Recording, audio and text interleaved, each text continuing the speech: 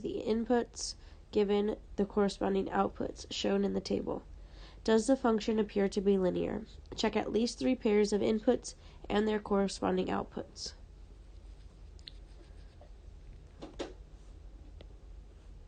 So from 9 to 17, that is an increase of 8. That number goes on top. From 3 to 9 is an increase of 6. From 17 to 21 is an increase of 4. And those y values, the outputs, go on top. And from 9 to 12 is an increase of 3. And then from 21 to 25 is an increase of 4. And from 12 to 15 is an increase of 3. If we reduce this fraction, we also get 4/3. So since all of them are equal, we can say this is linear, because it has a constant rate.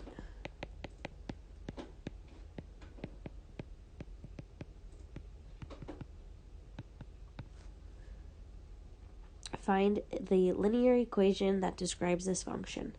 The rate is our slope. So in the slope-intercept form, this value goes in for m.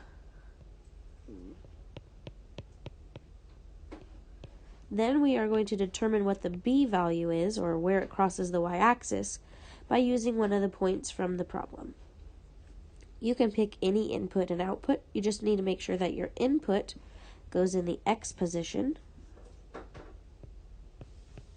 and your output goes in the y's position. So we're going to multiply. 4 times 3 is 12. 12 divided by 3 is 4. And then to solve for b, we're going to subtract 4 from both sides. This makes 0. So now we have b equals, and 9 minus 4 is 5. Then we're going to rewrite it using the y equals mx plus b format.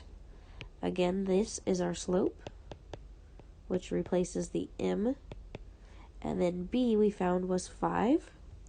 So we should say plus 5. What will the graph of the function look like? Explain. Since we said it was linear in part A, we can say that the graph of the function will be a straight line.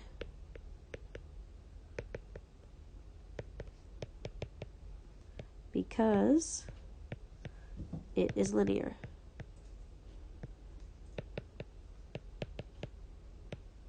If you want to be more specific, you can say it is a straight line with a slope of 4/3 and a y-intercept of 5.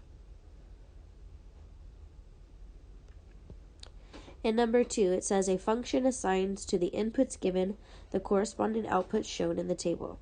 Is this function a linear function? So from 2 to 0 is a decrease of 2, and from -1 to 0 is an increase of 1. The change in the y goes first. From 0 to 2 is an increase of 2, and from 0 to 1 is an increase of 1.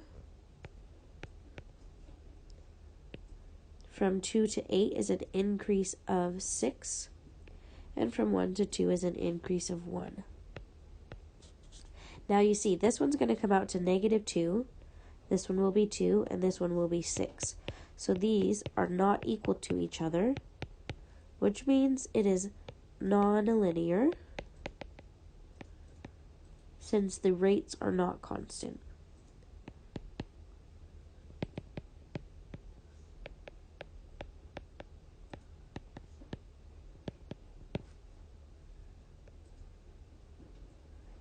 In part B, it says, what equation describes the function?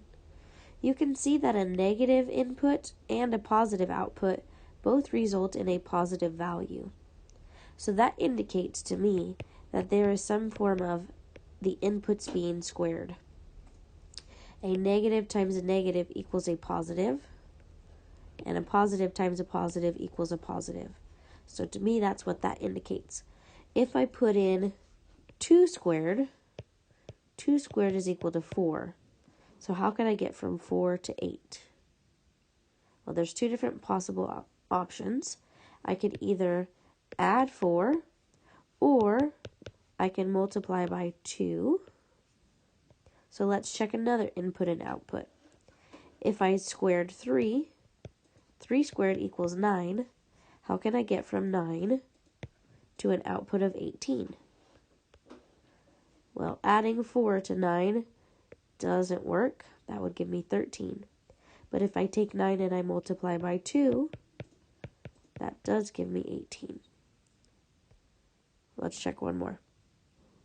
If I did -1 squared, that would give me 1, and 1 times